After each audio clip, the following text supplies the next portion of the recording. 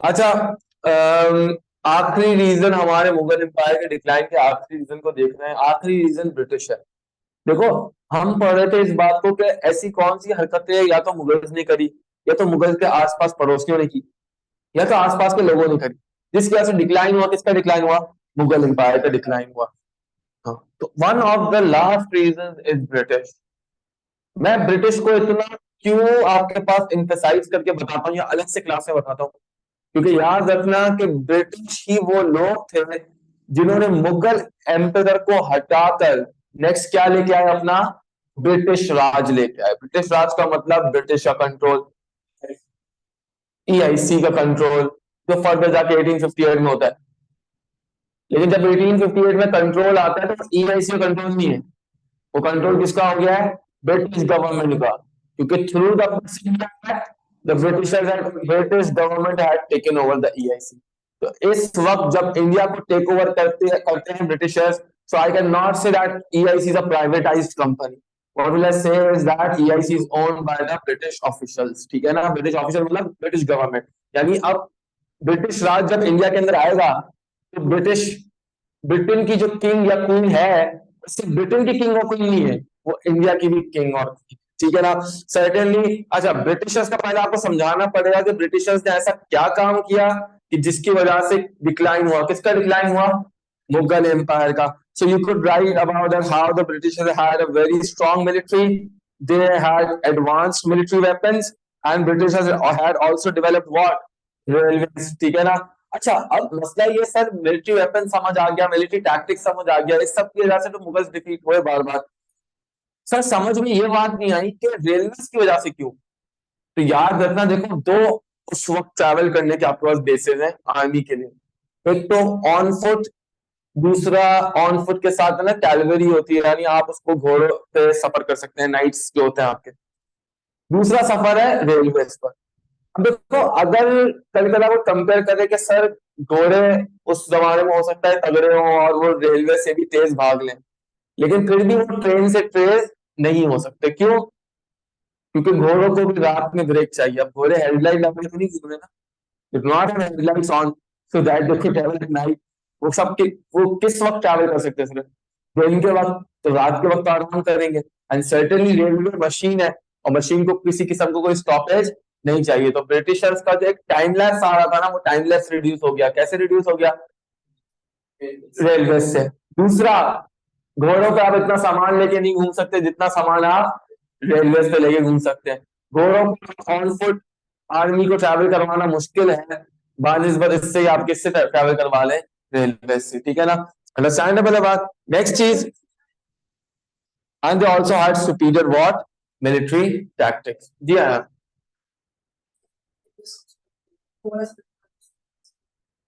क्या मतलब पहले? इससे पहले मैंने क्या कहा था? अच्छा, ये पॉइंट समझ नहीं आया। ब्रिटिशर्स के पास स्ट्रॉन्ग एडवांस मिलिट्री वेपन्स थे, गन्स वगैरह। हाँ, तुमने बोला रेलवे से पहले वाला पॉइंट समझ नहीं आया। हाँ, कि उसके बाद बताया था कि रेलवे बताया तौर पर ज्यादा रिसोर्सेज कैरी कर सकते हैं, क्योंकि हाँ स्टोरेज कैपेसिटी ज्यादा है ना। घोड़ों को मैं कितने सब लेके जा पाऊंगा। और दूसरी बात है, सिर्फ घोड़े नहीं ना, आप इसको ऑन फुट आर्मी से भी तो कंपेयर करो। क्योंकि उस वक्त अगर घोड़े हैं तो उसके साथ ऑन फुट आर्मी यानी इन्फेंट्री तो लाजमी होगी होगी। And when the infantry is travelling, तो क्या रेलवे बेटर होंगे या ऑन फुट आर्मी बेटर होगी ट्रैवल करने में? तो ज्यादा नहीं सोचो, टाइम बच रहा है, अक्लमंदी लगाओ ना। तुम पैदल जा रहे हो, रेलवे में जाओ, जल्दी कैसे पहुंचोगे? मतलब ये तो बहुत कॉमन सेंस वाली बात है। ठीक है ना? हाँ, और तुम घोड़े से नहीं कंपेयर कर रहे हो, तो घोड़े को क्या चाहिए? रेस्ट चाहिए। और क्या रेलवे को रात के वक्त रेस्ट चाहिए होगा? क्या मशीन को रात के वक्त रेस्ट चाहिए होगा? और मैंने उससे पहले ये बात बताई थी कि घोड़े हेडलाइट लगाने से ना क्या होगा? तो रात के वक्त थोड़ी ना ट्रैवल कर सकते, उनको दिखता है ना रात को। कैसे दिखेगा? जानवरों को रात को दिखता है, कुछ जानवर तो इनको दिखता है, घोड़ों को नहीं दिखेगा। उनको ऐसे से रेस्ट चाहिए। अब बीच जंगल गुजरना है तो वो लोग घोड़ा यहाँ से गुजर जाए, हेडलाइट थोड़ी ना लगी हुई है उसकी आंखों पर। समझ रहे हो बात को? लेकिन रेलवे के अंदर कोई स्टॉप नहीं है, रात और दिन वो ट्रैवल करेगी करेगी।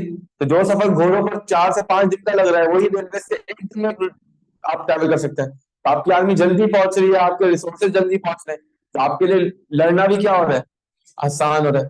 बिल्कुल, ठीक है ना। अच्छा, सिर्फ ये एक्सप्लेन करने से बात पूरी नहीं होगी, आपको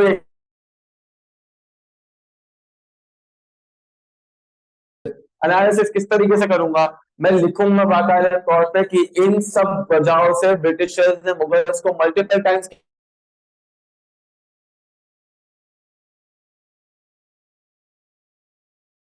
बुक्स के बारे में लिख सकते हैं आप। 18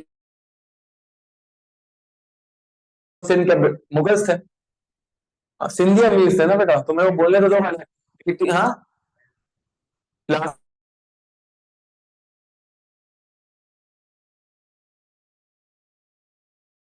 the battle of Buxar of 1764 जिसमें शाह आलम को शामिल था। इसके बाद हम बात कर सकते हैं ट्रीटी ऑफ अलाहाबाद की, जिसमें मुगल एम्पायर शामिल था, जिसमें उसने अपनी सारी टैक्स रेवेन्यू बंगाल, बिहार और उड़ीसा की किसके हाथ में दे दी थी, ब्रिटिश। याद है ना सबके हाथ में, मैं समझा चुका हूँ, यानी पूरा ईआईसी हम कर चुके हैं। ठीक है, दूसरी चीज, तीसरी चीज, आप 1803 का वो वाक्य भी लिख सकते हैं जब शाह आलम टू को उसके ही कोर्ट के अंदर से उठाकर, जो आपको पता है ना मुगल एम्पायर का कोर्ट होता था, एक कोर्ट है जिसको आप कहते हैं दिल्ली के अंदर रेड फोर्ट, क्या कहते हैं, रेड फोर्ट। और इसी रेड फोर्ट में से मुगल एम्पायर को उठा के आपके पास कुतुब सही के अंदर ले जाया जाता है। अब आप बोलेंगे सर दोनों के दोनों आपके पास फोर्ट्स हैं, ठीक है, दोनों के दोनों क्या है मेरे पास, फोर्ट्स हैं, लेकिन एक फोर्ट थोड़ा सा एलीट फोर्ट है और एक फोर्ट थोड़ा सा कम एलीट फोर्ट है। So certainly British are shifting the Mughal emperor from the Red Fort to the Qutub Shahi showed that the Britishers did not respect whom, the Mughal emperor। ठीक है ना, तो ये 1803 वाली बात गालिबन शायद हमने लिखी नहीं है, इसको लिख लीजिएगा अपने पास, ठीक है ना, ऊपर लिख देता हूँ। 1803 के अंदर क्या हुआ था, that the Mughal emperor was shifted from, the Mughal emperor was shifted from the Red Fort इन दिल्ली, बिल्कुल लिखने में काम आ सकता है, टू द कुतुब सही। सही है, हाँ, नहीं उसके अंदर नहीं, अलग से लिख लो, मसला नहीं, ठीक है ना। उस चैप्टर के अंदर इतना ज्यादा ये रोल शायद ना प्ले करे तो इतना ज्यादा इफेक्टिव नहीं है, क्योंकि हम ऑलरेडी बहुत सारे उसमें इवेंट्स पढ़ चुके हैं, ठीक है ना। अंडरस्टैंडेबल है बात यहाँ तक, ठीक है ना। तो आप जब मुगल एम्परर को रेड फोर्ट से उठाकर कुतुब सही में लेके जाएंगे, तो क्या ये रिस्पेक्टेबल बात है, नहीं। क्यों, क्योंकि कुतुब सही was a lesser valued fort, ठीक है ना। फॉर एग्जाम्पल तुम एक बंगले में रहते हो 400 गज के, मैं तुम्हें उठा के एक दो कमरे के फ्लैट में डाल दूं, तुम्हारे सर के ऊपर छत भी है, have a good shelter, but क्या तुम्हारा जो क्लास, जो रुतबा जो था सोसाइटी में, क्या वो सेम रहेगा, क्या हो जाएगा, हो जाएगा ना। तो वही मुगल्स को भी इस तरह लो। तो Red Fort being the elitest fort, सारे ग्रेट मुगल एम्परर्स कहां पर रहते थे, रेड फोर्ट के अंदर रहते थे। जब उनको उठा के ले जाया जाएगा कहां पर, कुतुब सही के अंदर, तो वो उतना ज्यादा ग्रेट नहीं होगा, ठीक है ना। जल्दी से ब्रिटिश वाले रीजन को कॉपी करेंगे, ठीक है। इसके बाद इंशाल्लाह मैं आपको 14 मार्कर कराऊंगा, मुझे दो 14 मार्कर कराने हैं, तो उसके लिए you will have to be a little more fast seeker, क्योंकि वो दो 14 मार्कर बहुत जरूरी है, ठीक है। दोनों 14 मार्कर कराऊंगा इंशाल्लाह, इसके बाद टेस्ट लूंगा, ठीक है। टू कुतुब सही, तो अब हम 14 मार्कर करेंगे, ठीक है ना। और मैं चाहता हूं कि आप लोग वो 14 मार्कर करने से पहले प्लीज अपने पास 14 मार्कर के लिए अलग अलग लीफलेट्स खोल लीजिएगा, अलग अलग पेज पर बेटा, लीफ पेज का मतलब, अल्लाह अकबर, जी जी बिल्कुल। पहले सब ये वाला क्वेश्चन लिखना भाई, please write down the question on the screen अब, ठीक है ना। मैं चाहता हूँ सब ये सवाल जल्दी से कॉपी कर लें, एक पेज पर ये सवाल लिख लें बेटा अपने पास। तो सवाल ये लिखा था बहुत, इन्वेजन, बेटा पहले लिख लेना यार, पढ़ते हैं।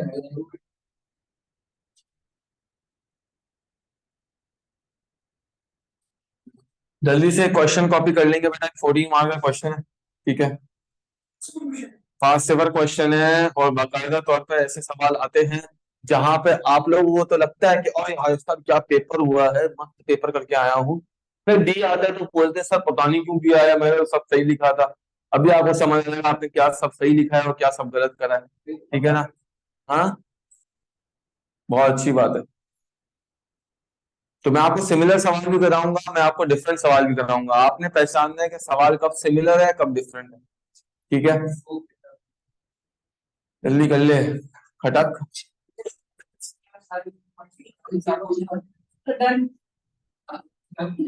हाँ हाँ, है, एक मिनट एक मिनट एक minute.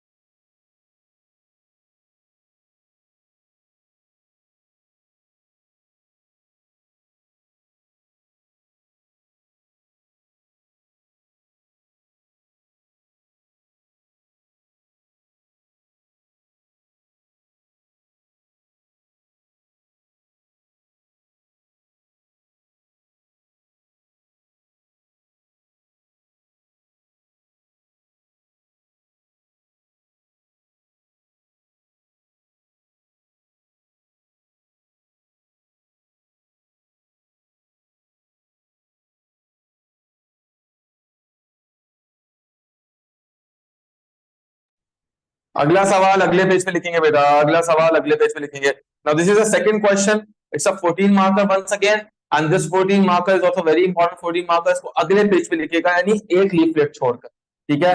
On the second leaflet please do right this question. जल्दी करो बेटा, फिर दिमाग के बटन हिलाता हूं मैं सबके। अभी सबको बड़ा मजा आ रहा है ना, सर मैं ए स्टार, अभी पता चल रहा है ए स्टार।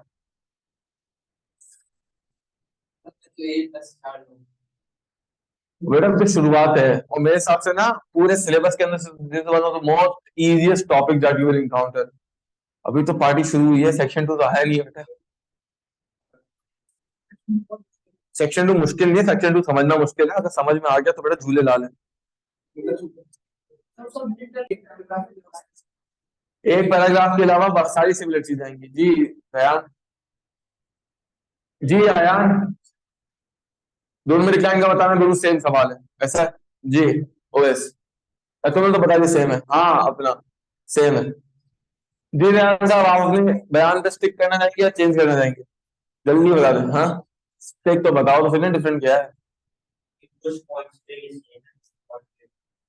सही बात है इसकी, दोनों सवाल डिफरेंट क्वेश्चन हैं, डिफरेंट असेसमेंट है दोनों क्वेश्चन की, सबसे बड़ी गलती। अब प्रॉब्लम ये है कि जब आप ये सवाल रीड, ठीक है, देखो most of you are not going to school regularly, अभी दो बच्चों ने तो अभी तुम लोगों ने हैप्पी होम ज्वाइन किया, इंशाल्लाह तुम लोग पढ़ोगे तो हो सकता है आगे चीजें और क्लियर हो जाए। प्रॉब्लम ये है, यही चीज बताने के लिए बेटा तुम इधर आए हो, यही चीज समझने के लिए तुम इधर आए हो, अगर तुम इधर आए हो तो कुछ ना कुछ डिफरेंट सीखने के लिए आए हो। दोनों सवाल है कंप्लीटली डिफरेंट क्वेश्चन, क्यों मैं समझाता हूँ। पहले सवाल पे आ जाए, देखो पहला सवाल क्या कह रहा है, पहला सवाल सबसे पहले कहता है, was the invasion was the invasion bye whom? Foreign invaders. पहला रीजन उससे मुझे बता दिया, यानी पहले इस सवाल में मुझे क्या करना है, फॉरेन इन्वेडर्स के बारे में चीजें समझानी है। इसके बाद कह रहा है was the invasion by foreign invaders the most important reason that led to what, the decline of Mughal empire. यानी कंपैरिजन करना है, किसका कंपैरिजन करना है, रीजन का कंपैरिजन करना है। कौन से रीजन का, that led to the decline of Mughal empire. लेकिन इस सवाल में कंपलसरी रीजन कौन सा लिखना पड़ेगा, इन्वेजन बाय फॉरेन इन्वेडर। ठीक है, इसको मैं कहता हूं नो रिस्ट्रिक्शन क्वेश्चन। क्या कहता हूं मैं इसको, इससे बोल दिया भाई मुगल एम्पायर का डिक्लाइन हो रहा है, जो भी उससे तुम्हें खुलेआम खुला छोड़ दी, बगैर किसी जंजीर के, तुम जो चाहो लिखो। मैंने 9 रीजन पढ़ा है।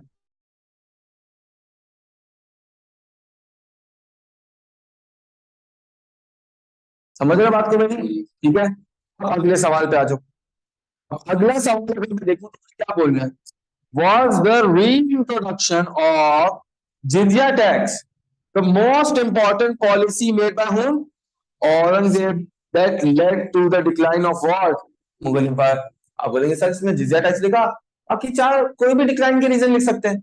नहीं, इसमें चार बाकी वो ही रीजन लिखेंगे जो किसकी वजह से हो, औरंगजेब की वजह से। क्योंकि उसको मुझे बोला है औरंगजेब पॉलिसीज, यानी अब मुझे कंपैरिजन करना है औरंगजेब की उन पॉलिसीज का जिसकी वजह से क्या आया हो भाई, डिक्लाइन आया हो। इसको मैं कहता हूं रिस्ट्रिक्शन क्वेश्चन, जहां पे उसने तुम्हें रीजंस के अंदर रिस्ट्रिक्ट कर दिया कि रीजंस तो लिखने हैं, कौन से रीजन लिखने हैं, औरंगजेब से रिलेटेड रीजन लिखने हैं, औरंगजेब से रिलेटेड वही रीजन लिखने हैं जिसकी वजह से क्या हुआ हो,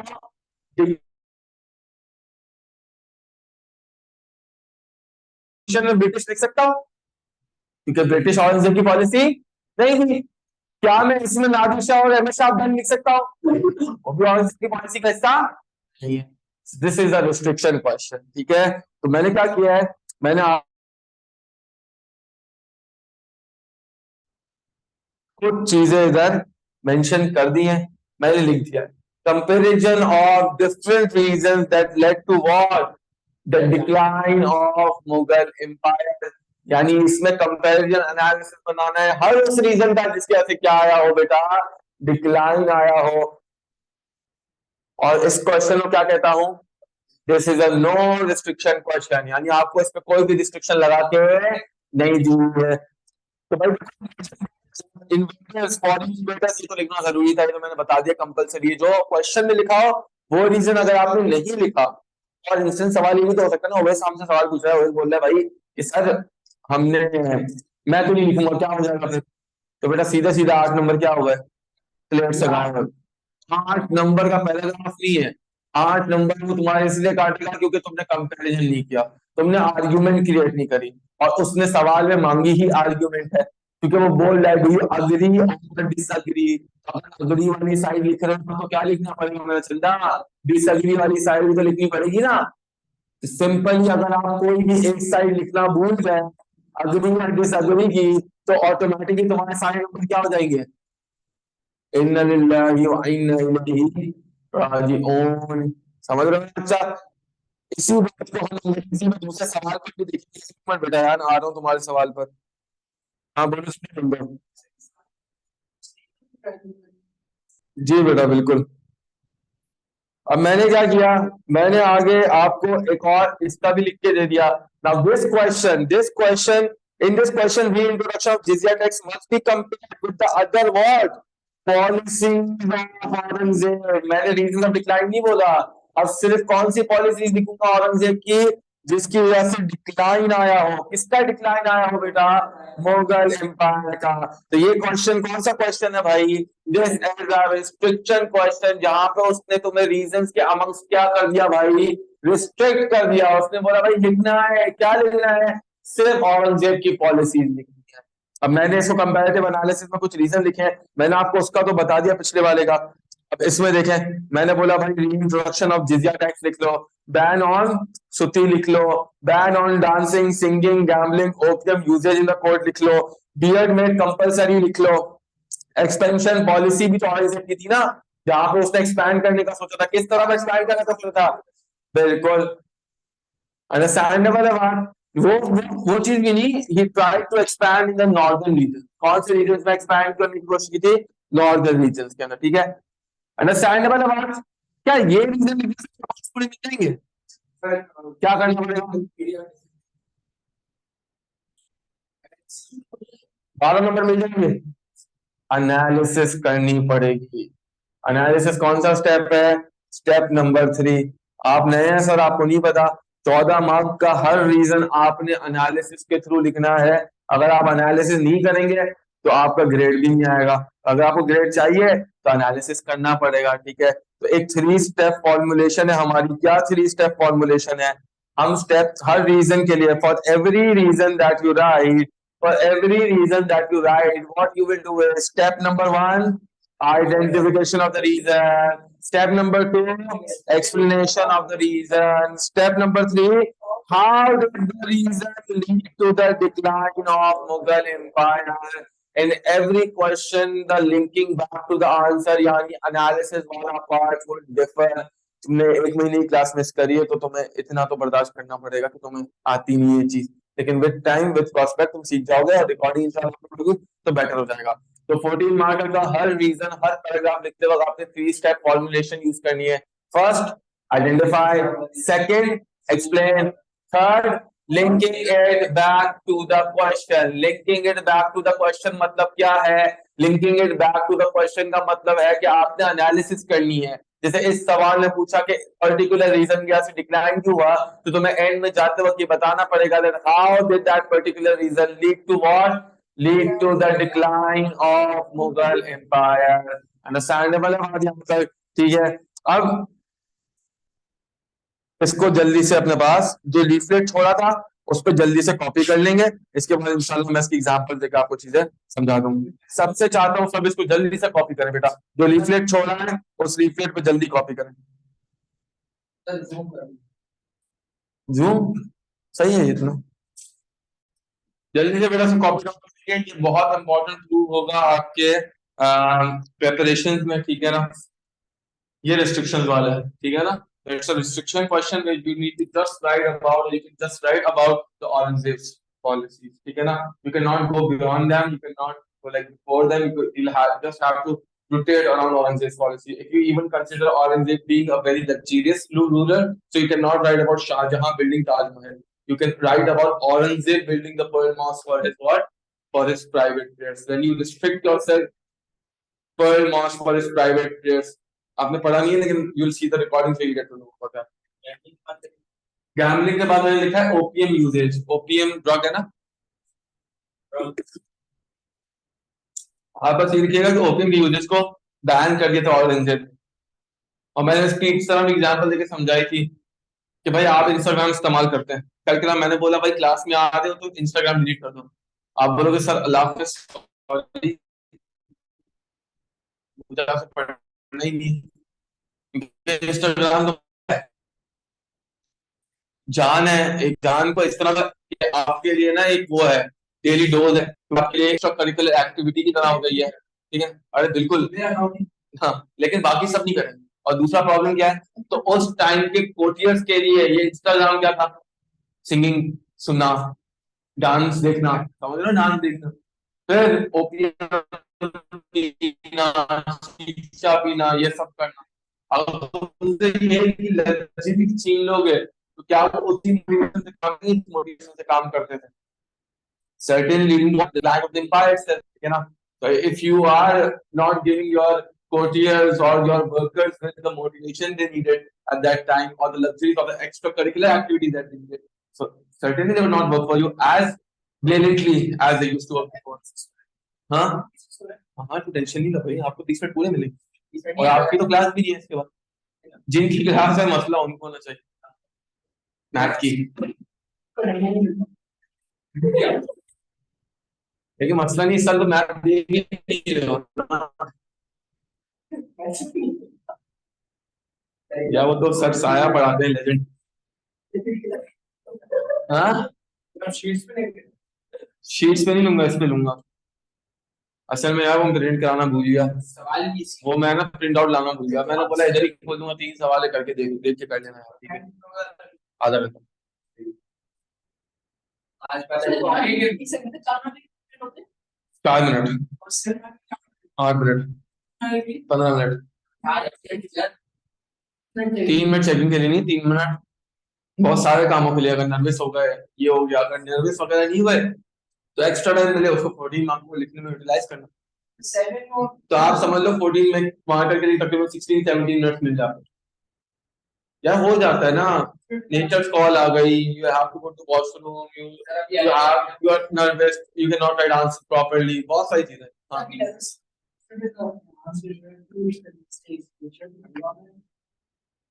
what type of mistake different? Some spelling mistakes can be considered as ignored. I can ignore them, but some of them I cannot ignore. If you write sacred as scared, I will not ignore it because sacred has a different meaning than scared, right? Just replacing a C with the A, it's not a big deal, but it just changes the meaning of the sentence that you write. So when you write, if the meaning remains the same, if you replace the I with the E, for example, if you're writing divide and certainly start of divide with DE, yeah, then that's fine. That's I can ignore that. नहीं sir हो गया, अभी nervous हो रहा अभी से। हाँ, सही हो, सही है। इनसे पूछ के लेना, मैंने अभी वजू किया तो सही होगा। नहीं मैंने वजू नहीं किया, मैं वजू करके आया, पूछ लो। अच्छा समझ लिया, कॉपी कर लिया। अब मेरी बात समझे। फॉर इंस्टेंस कल आप पेपर में आप इंट्रोडक्शन टू जिजिया टैक्स लिखने जाते हैं, आपको क्या फॉलो करना है? The 3 step verification. क्या फॉलो करनी है? The 3 step verification. क्या 3 स्टेप वेरिफिकेशन?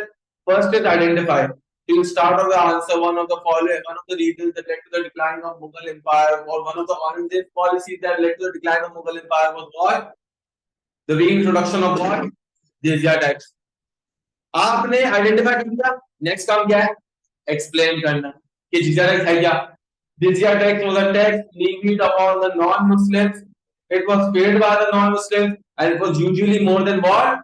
Zakat. बताया था मैंने, it was usually more than what? Zakat. अब आपने जब ये जिजिया टैक्स एक्सप्लेन कर लिया, नेक्स्ट काम क्या है? नेक्स्ट काम आपका ये है कि आपको एग्जामिनर को ये बात बतानी पड़ेगी कि भाई ये जो जिजिया टैक्स है इसको रीइंट्रोड्यूस करने की वजह से डिक्लाइन क्यों हो रहा है। So this made the non-Muslims angry. They were dissatisfied with the Mughal emperors as they took the jizya tax from them and spent it on fighting against them. So it was like they were bringing on their own wars. Non-Muslims, the majority of India, they were taking up against the Mughal emperors, meant that the decline was in the fortunes of the Mughals. इतनी अंग्रेजी नहीं लिख सकते, simply this led to the decline of Mughal empire, ठीक है ना, Fortune Fortune. लेकिन जाहिर सी बात है, जितना आप सुनोगे, जितना अगर आपके लिखने बैठोगे तो मैं भी वर्ड्स का आइडिया होगा। हम भी बचपन से तो सीखने नहीं है, 2 साल के तो ये वर्ड बोलने, हमने भी ओवर टाइम क्या किया, अपने टीचर से सीखा, अपने बुक से सीखा। तो जितना आप रीड करेंगे, जितना आप राइट करेंगे, देखो राइटिंग सबसे इम्पोर्टेंट, जितना तुम लिखोगे उतना क्या हो जाएगी, आसानी हो जाएगी। और इसी चीज को मैंने क्या किया, बस मुझे 1 मिनट और दीजिएगा ताकि मैं आप लोगों को दिखा दूं। मैंने ये पूरा का पूरा आंसर लिख के दिया, ठीक है। अभी तक मैं पूरा पूरा पूरा का पूरा आंसर बैठ के लिखा था स्कूल के एक बैच के साथ। अब रेड का मतलब क्या है? आइडेंटिफिकेशन। येलो का मतलब क्या है? एक्सप्लेनेशन। और ग्रीन मतलब एनालिसिस करना। तो मैंने क्या किया देखो, और one of the I have identified the reason. Then what I've done is I've explained the reason. कैसे explain किया मैंने? Jizya tax was tax which upon the non-Muslims it had to be paid by them in order to live in the empire and attain the protection of what? Mughal emperor. Jizya tax was usually more than zakat, which was paid by whom? The Muslims. मैंने जिजिया tax explain कर दिया, पूरा समझा दिया। अब next task क्या है कि ये जिजिया टैक्स को रीइंट्रोड्यूस करने की वजह से डिक्लाइन क्यों आ रहा है, ये बताना बहुत जरूरी है। तो मैंने क्या बोला, मैंने आगे बोला it was also used up to fight against the non-Muslims. This created resentment amongst the non-Muslims This hatred caused the Mughal Empire to lose their support, thus leading to what? Decline of Mughal Empire. जब आपका support कम हो जाएगा, जब आपका system कम हो जाएगा, जब लोग आपको बहुत ज्यादा हेट करेंगे, ऑफ कोर्स डिक्लाइन होगा. किसका डिक्लाइन होगा? मुगल एम्पायर. ठीक है ना. या ऑफ कोर्स मैंने रीजनिंग के वक्त आपको चीजें समझाई भी थी. अगर आप इस तरीके से पैराग्राफ लिखते हैं तो एग्जामिनर घर पे आएगा, दरवाजा खटखटाएगा, पप्पी लेके जाएगा मार्क्स के साथ. ठीक है ना. यानी आपसे आपके मार्क्स कोई छीन नहीं सकता. बिल्कुल भाई. मैंने आपको कुछ बताया कि एग्जामिनर की वर्कशॉप के अंदर हम गए थे, हमें उसने एक पेपर ऐसा भी दिखाया जिसमें 75 में से 72 मार्क्स थे. अब मुझे समझ नहीं आ रहा कि वो 72 कैसे आए. जाहिर सी बात है मेरे पास पढ़ा हुआ है, मैं आपको इंशाल्लाह दिखा भी दूंगा. मेरी वर्कशॉप की बुकलेट के अंदर उसका एक क्वेश्चन भी अटैच्ड है. तो जब एंड में वर्कशॉप की बुकलेट होगी ना, मैं आपका ये सब पेपर को चेक भी करवाऊंगा ताकि आपको पता चले कि आपको पेपर में जाके करना क्या है. क्या मैं सच बोल रहा हूँ या झूठ बोल रहा हूँ? ऐसे नहीं, देखो ऐसा नहीं होता ना, आपको एविडेंस भी चाहिए होता ना कि यार ऐसी चीज है. यकीन नहीं, मुझे पता है मेजॉरिटी लोग से मैं कहता हूँ तो भरोसा कर लेते हैं. लेकिन वर्कशॉप के अंदर you see that there are people coming in from different places, they might have learn different things. Workshop सबके लिए ओपन होती है, लेकिन उसके लिए कुछ एक छोटा सा